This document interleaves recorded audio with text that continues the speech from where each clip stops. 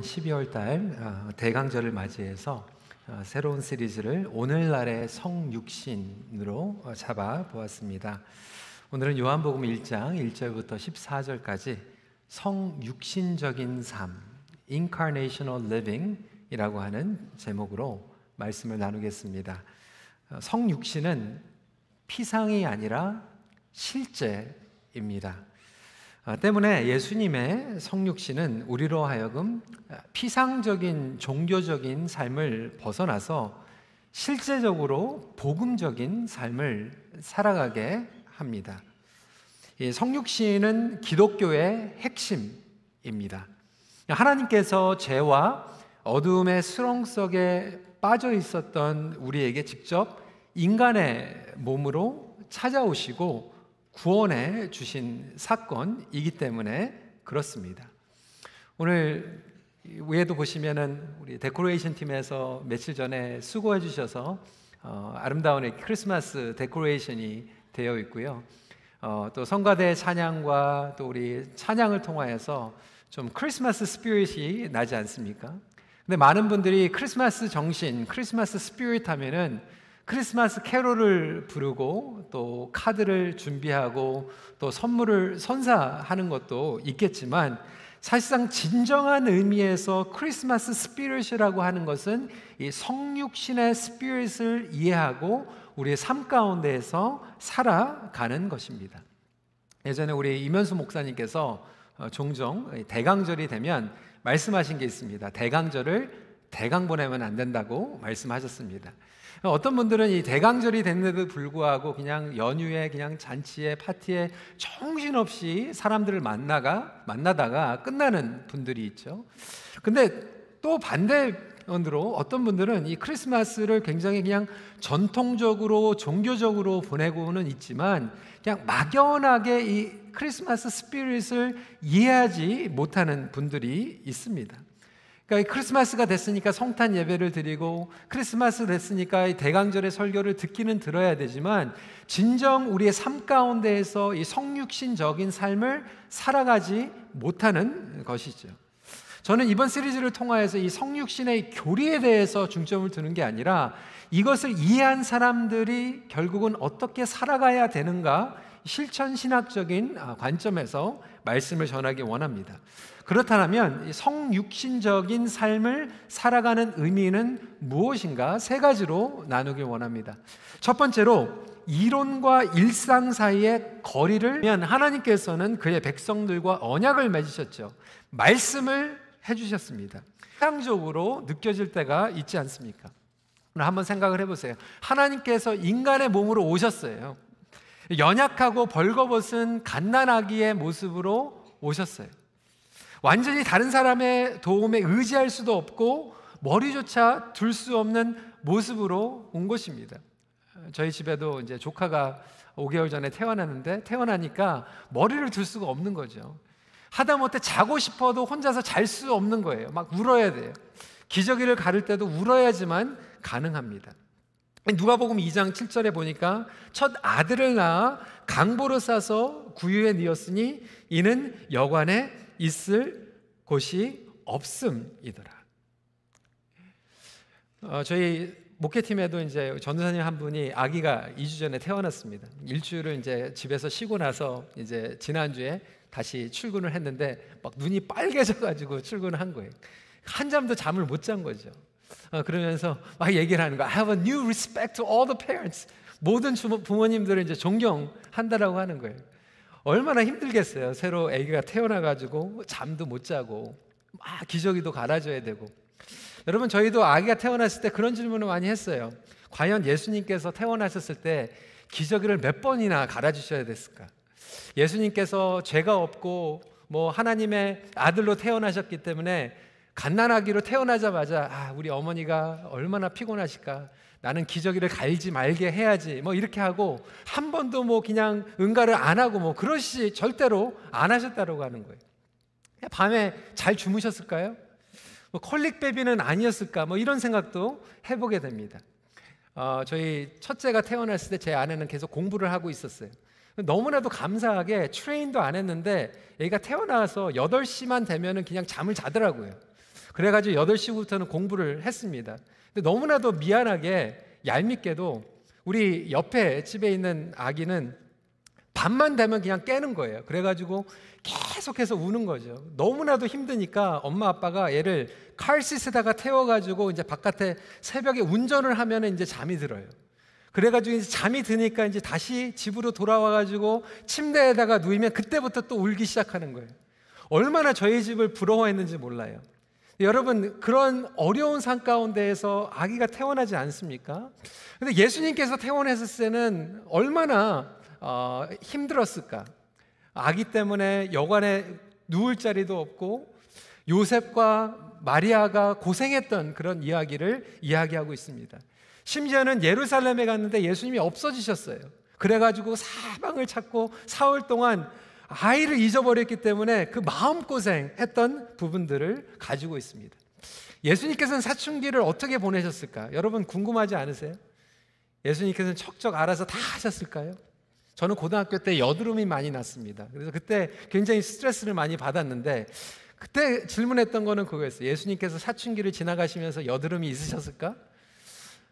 이런 여러 가지 질문들을 제가 여러분들에게 왜 유치원과 같이 그 수준에서 하냐면 예수님께서 이 땅에 인간의 몸으로 오셨다라고 하는 거예요. 갓난아기, 사춘기를 거치시고 청년의 시기를 거치시면서 하나님의 소명을 물어보고 하나님의 소명 가운데에서 응답하는 그 과정들이 있었다라고 하는 것이죠.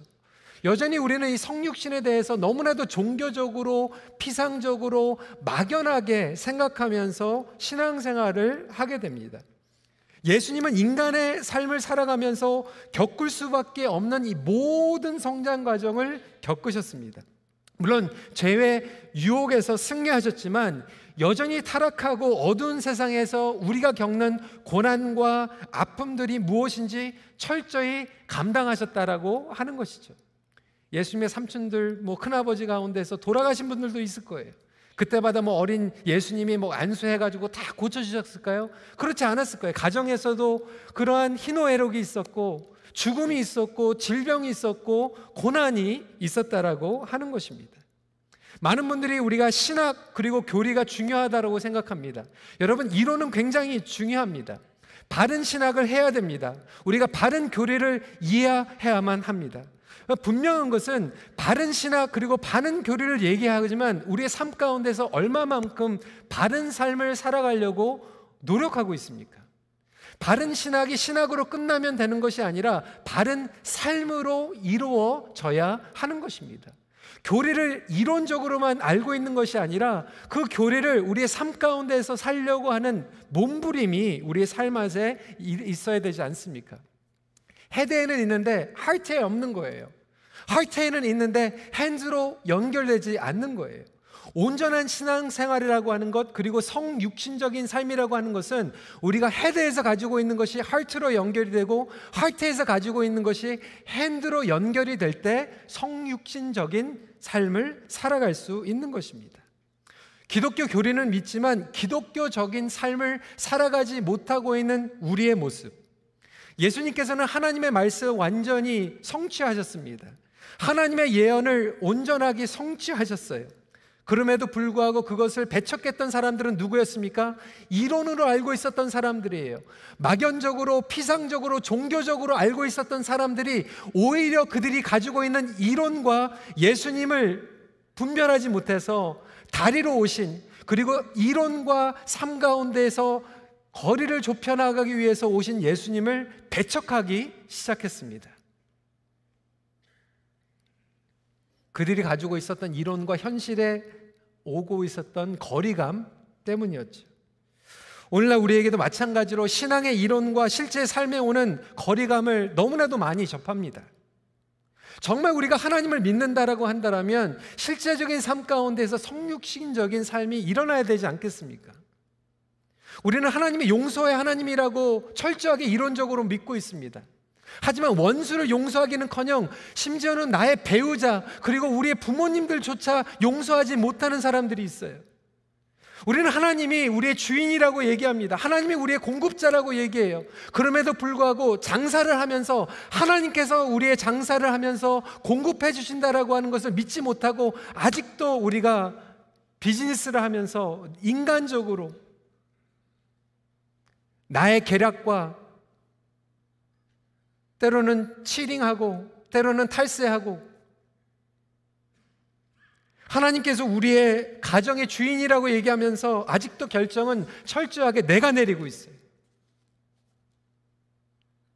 예수 그리스도를 따르는 삶이라고 하는 것은 십자가를 지고 세상에 있는 모든 것들을 다 내려놓고 따르는 삶이라고 하는 것을 이론적으로는 알고 있지만 아직도 교회에서 신앙생활하면서 내 기득권과 내가 인정받는 것, 내가 어떻게 하면 조금 더 얻을 수 있을까라고 하는 것을 고민하면서 신앙생활하고 있어요. 이것이 다 거리감이라고 하는 거예요. 이론적으로는 알고 있지만 나의 실체적인 삶 가운데서 일어나는 거리감.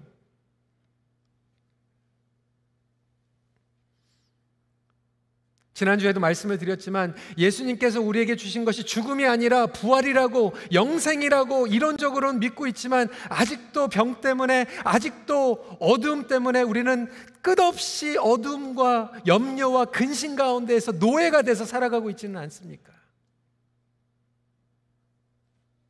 삶의 영역 가운데에서 머리와 가슴과 손 가운데 연결이 되어 있지 않다라고 하면 영어로 이것을 고장났다라고 합니다. malfunctioning. 우리의 신앙생활 가운데에서 malfunctioning 된 부분들을 메꾸어 주는 것이 바로 성육신적인 스피릿을 살아가는 것이라고 하는 것이죠. 사랑하는 성도 여러분, 2018년도를 돌이켜보면서 여러분 삶 가운데 여러분이 가지고 있는 교리와 신학 그리고 이론적인 것과 실적인 삶 가운데 있는 거리감이 무엇입니까? 그 거리감을 깨닫고 그 거리감을 좁혀가도록 노력할 수 있는 저와 여러분들이 되면 좋겠습니다. 근데 그 거리감을 좁혀가기 위해서 우리에게 반드시 일어나는 것들이 있는데 무엇이냐면 그것은 갈등이에요. 불편함이에요. 두 번째 포인트입니다. 갈등을 통하여 성장을 이루는 삶입니다. 11절에 보니까 자기 땅에 오매 자기 백성이 영접하지 아니하였으나라고 이야기하고 있어요. 아니 예수님께서 주인이 되시고 왕의 왕 되시는데 왕께서 오셨는데 불편한 거예요. 영접하지 못하는 거예요. resist 하게 되는 거예요. 왜 그렇습니까? 우리 주님께서는 빛으로 오셨어요. 여러분 빛이 비추면 좋은 거 아닙니까? 영광스러운 거 아닙니까? 생명이 드러나는 것이 아닙니까?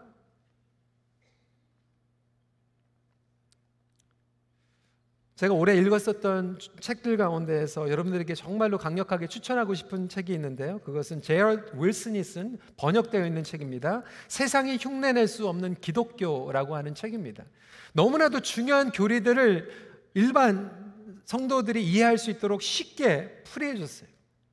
근데 이 세상이 흉내낼 수 없는 이 기독교에서 예수님이 오셨을 때, 예수님의 빛이 임하셨을 때 하나님의 영광이 드러나는데 또 다른 한편에서는 뭐가 일어나게 되냐면 수치스러움이 드러나는 갈등이 일어나게 됩니다. 영광과 수치스러움의 갈등이 일어나는 거예요. 하나님의 글로리가 리빌이 되는데 또 우리의 어글리한 부분이 익스포즈가 되는 거예요. 그러니까 영광스러움과 수치스러움 가운데 갈등이 일어나는 거죠. 충돌이 일어나는 거예요. 불편함이 일어나는 거예요. 저와 여러분들도 마찬가지예요. 저와 여러분들은 하나님의 형상으로 창조받은 영광스러운 존재예요. 그럼에도 불구하고 또 다른 한편에서는 죄로 타락한 죄성을 가지고 있어요. 죄인이에요. 여기에서도 오는 갈등이 있어요. 불편함이 있어요. 마찬가지로 어두움 가운데 살아가는 우리에게 예수님은 빛으로 오셨어요. 빛을 비추어 주시는 거예요. 그 빛은 여전히 우리에게 비춰주고 있어요. 빛은 생명을 줍니다. 어두움 가운데 비춰져요. 동시에 빛은 우리의 삶을 불편하게 만듭니다. 왜? 우리가 숨기고 있고 우리가 가지고 있는 그 더러운 죄들이 드러나기 때문에 그렇습니다. 요즘은 다들 깨끗한 데서 사시지만 여러분 우리 학생들 다운타운 기숙사 아니면 다운타운에서 비즈니스 하시는 분들 불 어두운 데 있다가 불을 탁 켜면 무슨 현상이 일어나요? 바퀴벌레들이 갑자기 확 하고 숨잖아요. 막 쥐들이 막 숨잖아요. 왜 그렇습니까? 바퀴벌레들이 어두운 가운데서는 내 세상이다 그리고 편안하게 그냥 다니고 있다가 불이 비치니까 불편한 거예요. 도망가는 거예요. 쥐들이 도망가는 거예요. 살아 들어가는 거예요. 마찬가지로 우리 삶 가운데서 하나님의 말씀과 예수 그리스도의 생명이 비춰진까지는 우리 삶 가운데서 바퀴벌레와 같고 죄와 같고 쥐와 같은 것들이 너무나도 우리 삶 가운데서 다스리고 있어요. 왕이 돼가지고 우리를 컨트롤하고 있어요. 빛이 임하면 갈등이 생기는 거죠. 불편해지는 거죠. 예수님은 우리의 삶을 불편하게 하십니다. 불편하게 하는 게 성장이에요. 여러분 2018년 동안 신앙생활 하시면서 불편한 게 하나도 없으셨으면 여러분들은 2018년도 성장을 하나도 안 하신 거예요. 신앙의 성장과 성숙은 불편함이 없이 일어날 수가 없습니다. 가만 생각해 보니까 좋은 교회는 어떤 교회인가? 불편하게 하는 교회가 좋은 교회입니다. 저희 목회자들이 그리고 정책당회에서 저희가 계획을 세웠어요. 여러분들 2019년도에는 불편하게 해드릴 거예요. 저희가 예배 캠페인을 합니다. 내년도의 표가 여호와께 돌아가자예요. 여호와께 돌아가자가 뭐예요? 말씀으로 돌아가자 아닙니까? 그래서 저희가 계획을 세웠어요. 2019년도에는 우리가 성경 봉독할 때 성경 안 띄워줄 거예요. 제가 이렇게 돌아보니까 정말로 많은 분들이 성경책을 교회에 안 가지고 오세요. 신문지 하나 딱 가지고 들어오시는 분들도 많고요. 제가 이렇게 얘기하니까 불편하죠. 그래서 정말 성경책 가지고 다니기, 이 얘기했더니 어떤 분들은 스마트폰이 있는데요 뭐. 여러분, 우리가 신앙의 성장과 성숙을 가지려면 정말 불편해야 됩니다. 그런데도 불구하고 우리는 편하게 안주하려고 하죠. 정말 하나님의 빛이 임하면 생명이 임하지만 내가 가지고 있었던 인간적인 논리와 갈등이 일어납니다. 편안함을 추구하는 데 오는 갈등이 일어나요. 나의 이기적인 야망과 계획과의 갈등이 일어나고요. 죄와 욕망과의 갈등이 일어나고요. 저도 이민을 와가지고 청소년 때 가지고 있었던 꿈이 있었어요. 하나님께서 목회자로 불러주시니까 저에게 있었던 갈등이 있었어요. 내가 성격을 가지고 있고 기질을 가지고 있고 취향을 가지고 있고 배경을 가지고 있는 것들이 갈등이 일어나요. 여러분 목자 목녀 해보신 분들 다 경험하잖아요. 내 성질대로 하면은 그렇게 안 해도 되는데 목자함으로 목녀하면 갈등이 일어나요. 내 성질대로 못하는 거죠. 참아줘야 되는 거죠. 기다려줘야 되는 거죠. 그것이 갈등이 아닙니까? 예수님께서 우리의 삶에 실제적으로 찾아오셨다라고 하는 것은 모든 영역 가운데 이러한 갈등을 가져다 주는 거예요. 컨플릭이 일어나는 거예요. 이 어두운 부분들을 비추어 나가기 시작합니다. 절대로 편할 수가 없어요. 오히려 그래서 어둡게 살아가는 것이 여러분 편합니다. 그래서 11절에 보니까 영접하지 아니하였다라고 저항에 대해서 얘기하고 있어요. resist 했다라고 하는 것은 receive 안 했다라고 하는 거예요. resist 한다라고 하는 것은 영어로 regress 한다라고 하는 거죠. 뒷걸음질 하는 거예요. 여러분 갈등이 일어나면요 두 가지 반응이 있습니다. 어떤 분들은 그 갈등을 통해서 성장해요. 어떤 분들은 그 갈등을 통해서 포기해요. 그리고 뒷걸음질합니다. 목회를 하면서 항상 이것들을 봐요. 모든 성도들이 성장하기 위해서는 갈등을 겪어야만 되는데 그 갈등을 통해서 하나님의 말씀에 응답하고 전진하는 사람들은 성장하고 그것을 포기하고 뒷자리를 걸음하는 사람들은 신앙의 제자리 걸음만 하는 것이 아니라 뒷걸음쳐는 거예요. 여러분 뒷걸음치는 게 더 쉽습니다.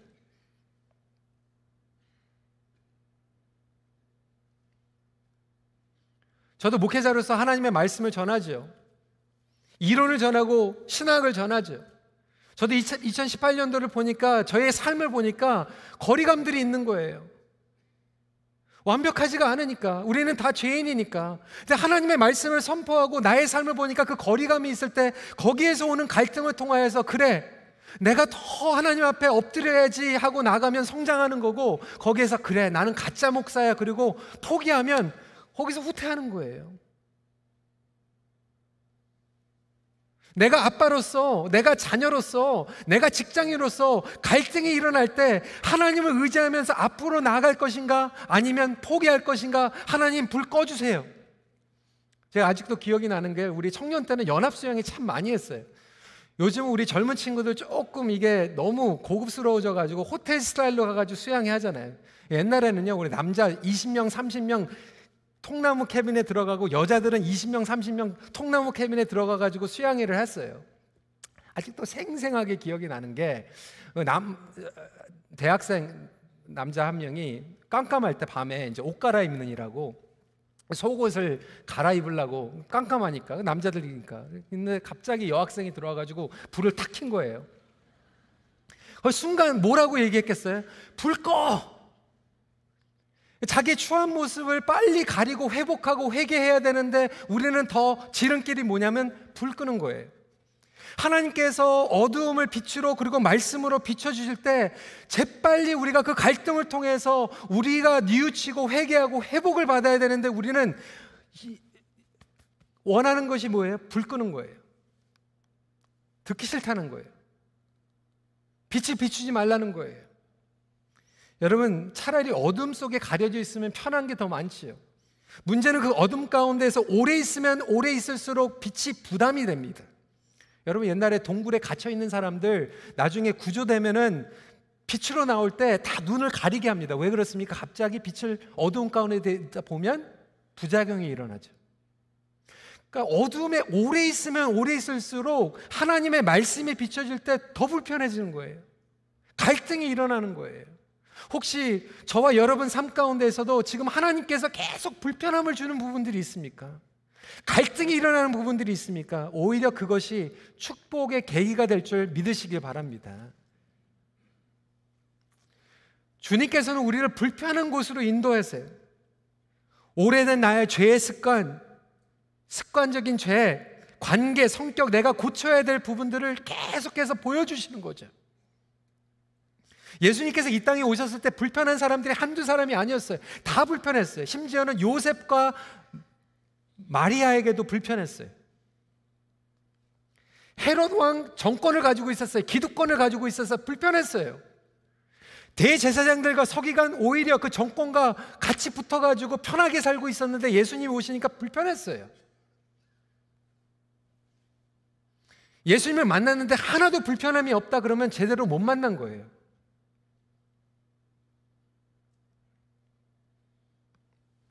예수님이 우리 삶 가운데 올 때 일어나는 갈등은 이만저만이 아닙니다.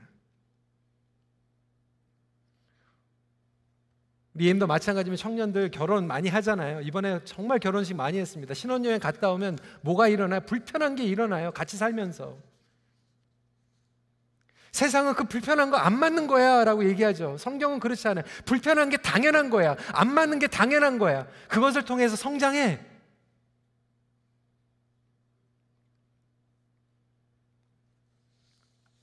우리 자녀들이 성장할 때마다 불편한 게 많잖아요. 조절해야 되잖아요. 변화시켜 나가야 되잖아요. 우리 아이들이 이제 티네이저가 되고 이제 대학생이 되면 옛날처럼 그렇게 못해요. 부모님들이 맞춰 나가야 돼요. 아들한테, 자녀들에게 맞춰 나가는 게 아니라 그 스테이지에 맞춰서 지혜롭게 분별하면서 맞춰 나가야 되죠. 마찬가지로 하나님께서 우리에게 성장의 기회를 주실 때 우리에게 조절해야 될 부분들은 무엇입니까? 조절이 없는 삶은 변화가 없는 삶입니다. 새로운 은혜를 경험하지 못하고 있다라고 하는 뜻이에요.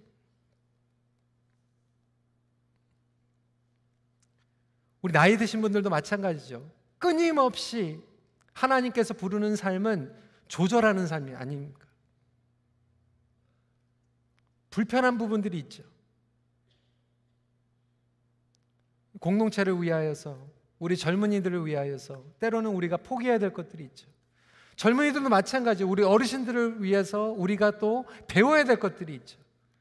이런 것들이 갈등과 불편함을 통하여서 성장과 성숙을 이루어가는 것이 바로 성육신적인 스피릿이라고 하는 것입니다. 예수 그리스도의 성육신으로 말미암아 인류의 역사가 BC와 AD로 바뀌어져 버렸어요. 갈려져 버렸어요. 마찬가지로 우리가 예수 그리스도의 성육신적인 삶을 살아간다고 하는 것은 우리가 before Christ와 after Christ의 삶이 바뀌어져 버리는 거예요.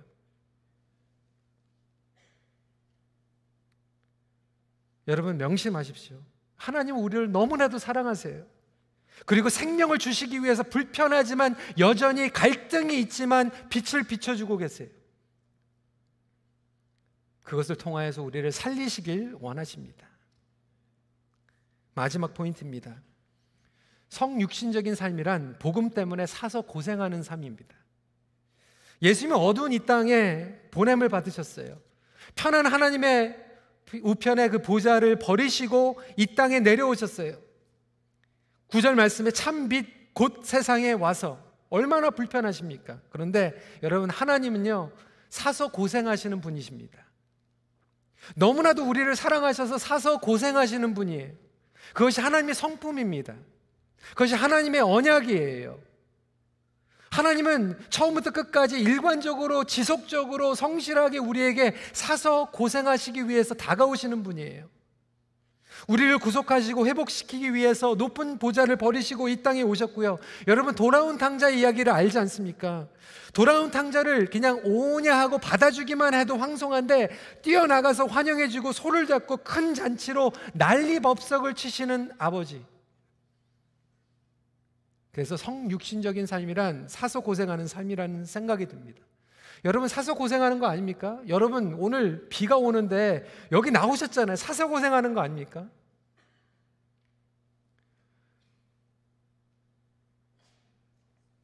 하여튼 미국이나 뭐 한국에서 집회 오시는 목사님들은 항상 얘기하는 게 있어요. 큰빛교회 여기 한인 음식점도 하나도 없고 한국 사람도 안 사는데 왜 여기 있냐고. 뭐 공항 옆이라서 있는 거예요. 한인타운과 뭐 상관이 없이 여기 있어요. 얼마나 불편해요. 근데 여러분 여기 오시잖아요. 여기 오면서 우리가 뭐 계산합니까? 계산하는 게 아니에요. 좋으니까 사서 고생하는 거예요. 제가 목회 칼럼에도 썼지만 우리 정태호 선교사님 네 분 어저께도 뭐 골프에 가가지고 아프간 2가정을 만났대요. 오늘은 일부 예배 끝나고 또 스카보로에 가신대요. 그 사서 고생하는 거 아닙니까? 월급 받는 것도 아니고 그분들의 다 돈 털어가지고 선물 준비해가지고 다니면서 사서 고생하고 다니고 있어요. 우리 EM이 이번에 29명이 크리스마스 때 여기서 식구들과 시간도 못 보내고 크리스마스 뉴이어를 휴가를 내가지고 북인도에 선교하라고 해요. 사서 고생하는 거 아닙니까?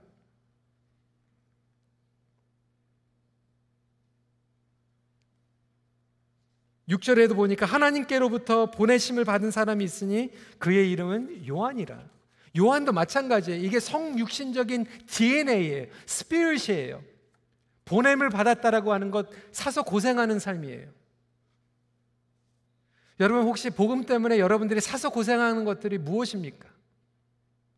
근데 사서 고생하는데도요 기뻐요. 보람이 돼요. 우리끼리 크리스천 버블에 머무르면 편한 것들이 더 많죠.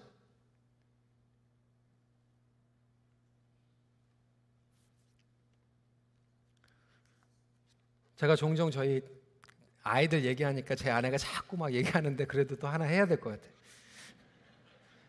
저희 큰애가 이제 나가가지고 살잖아요. 기숙사에서. 제가 한 달 반 동안 못 봤어요. 보고 싶잖아요. 어저께는 그냥 막 비가 막 오는데 보러 갔어요. 1시간 반 정도 걸리더라고요. 비가 오니까. 딱 1시간 봤어요. 뭐 먹고 싶냐고 그래가지고 먹고 싶은 거 사주고 오늘까지 먹을 거 테이크아웃 해주고 그리고 또 1시간 반을 운전해가지고 왔어요. 3시간 걸리더라고요. 1시간 보려고. 근데 너무 좋더라고요. 1시간이 아쉽더라고요. 그게 부모의 마음이잖아요. 오면서 뭐 본전 생각 안 하잖아요.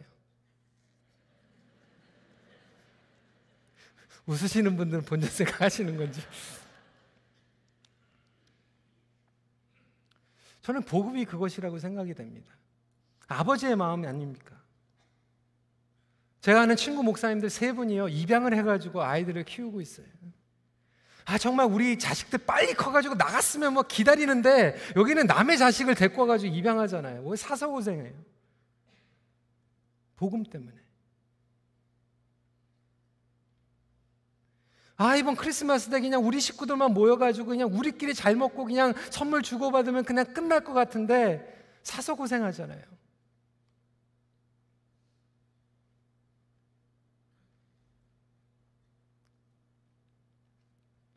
저희 우리 성도님 중에 페이스북 하나 이렇게 보니까, 제가 이렇게 보니까 답은 안 했지만, 그로서리를 갔는데, 멀리 추운데 그로서리를 갔는데 잔뜩 시장에서 장을 봤는데 보니까 지갑을 안 가져왔대요. 그럼 어떻게 해요? 놓고 가야 되잖아요. 그런데 뒤에 아무도 모르는 손님이 해가지고 그냥 그걸 페이를 해줬대요. 얼마나 감사합니까? 제가 꼭 이렇게 얘기하면 10명 중에 9명은 어떤 생각, 왜 그런 일이 나에게는 안 일어나나. 제가 얘기를 이렇게 드리는 거는 여러분들도 그렇게 하라는 거예요. 이제는 우리가 믿으면 왜 그런 일이 나에게는 아니라, 이게 아니라 이제는 가서 사줘야 될 거 아니에요.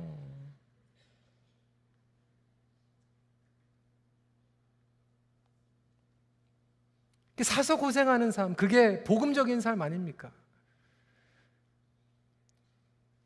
다운타운에 차편이 없다고 그러니까 우리가 다운타운에 개척을 했어요.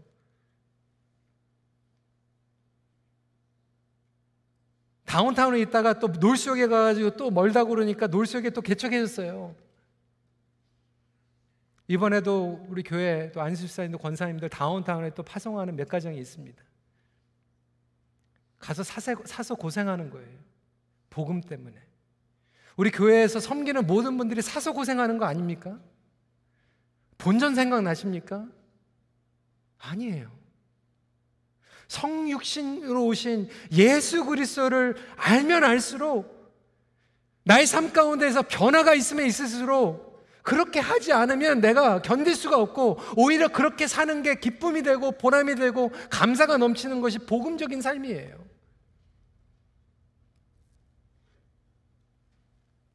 모든 것이 다 준비될 때까지 기다리는 것이 아니에요.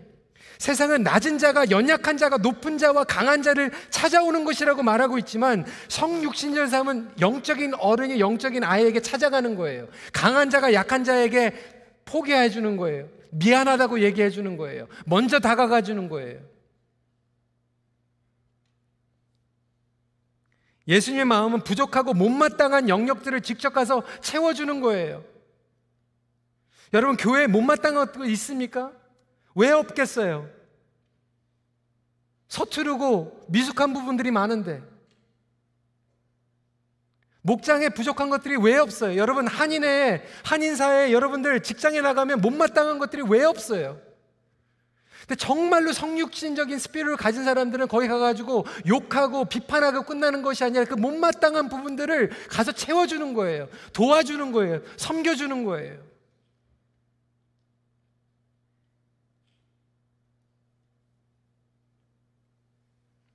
오게 하는 것도 중요하지만 가는 것이 더 중요하죠. 여러분, 이것은 우리의 이기주의와 죄성으로 절대로 불가능합니다. 성육신의 정신을 깨달은 자들만이 경험할 수 있는 것입니다. 성도 여러분, 말씀을 마칩니다. 여러분, 성육신으로 오신 예수 그리스도와 친밀한 관계를 가지신 분들, 그리고 주님과 동행하는 삶 가운데 살아가는 사람들은 이론과 실제의 삶이 좁혀나가기 시작합니다. 그리고 갈등을 통하여서 포기하는 것이 아니라 주님 앞에 한 걸음 더 나가기 시작합니다. 그리고 복음 때문에 사서 고생하는 게 기쁨이 되는 삶이에요. 오늘 말씀을 마감하면서 저와 여러분들이 2018년도를 좀 돌이켜 봤으면 좋겠어요. 나는 정말 복음적인 삶을 살아가고 있는가? 아직도 이번 크리스마스에 막연하게 그냥 종교적인 그냥 크리스마스를 생각하면서 지나가고 있는가? 저와 여러분들이 오히려 이 크리스마스를 통하여서 갈등과 불편한 가운데에서 정말 복음 때문에 다시 한번 일어나기를 소원합니다. 복음과 거리감이 있는 삶의 영역들이 메꾸어지는 변화와 성장을 갈망하십시오. 같이 기도하겠습니다. 우리 같이 기도할 때 우리 찬양팀 올라오셔서 제가 우리 주중에 부탁을 드렸는데 좀 곡을 바꿀게요. 우리 주여 우리는 연약합니다. 우리 그 마지막 찬양 너무나도 좋았던 것 같은데요. 그 찬양 좀 준비해 주시고요. 우리 시간에 함께 오늘 말씀을 생각을 하면서 오늘 말씀을 통해서 여러분들에게 보여주신 거리감들이 있을 거예요. 내가 정말 믿고 있는 하나님은 나의 삶 가운데에서, 현실 가운데에서 정말 얼마만큼 나에게 변화를 주고 있는가? 나는 성육신적인 삶을 살아가고 있는가? 여러분 삶 가운데 갈증이 일어나고 있다는, 불편함이 있다라고 한다면 오히려 감사하십시오. 하나님 저를 사랑해 주시고 저를 가만히 두지 않시고 빛을 비춰주셔서 제가 지금 불편합니다. 갈증이 일어나고 있습니다. 하지만 주님, 뒷걸음질 치는 것이 아니라 앞걸음질 하면서 나아가게 하여 주시옵소서. 그리고 복음 때문에 전진하게 하여 주시옵소서. 나도 그런 삶을 살게 하여 주시옵소서. 우리 이 시간에 함께 기도하며 나아가도록 하겠습니다. 기도하시겠습니다. 아버지 하나님 감사합니다.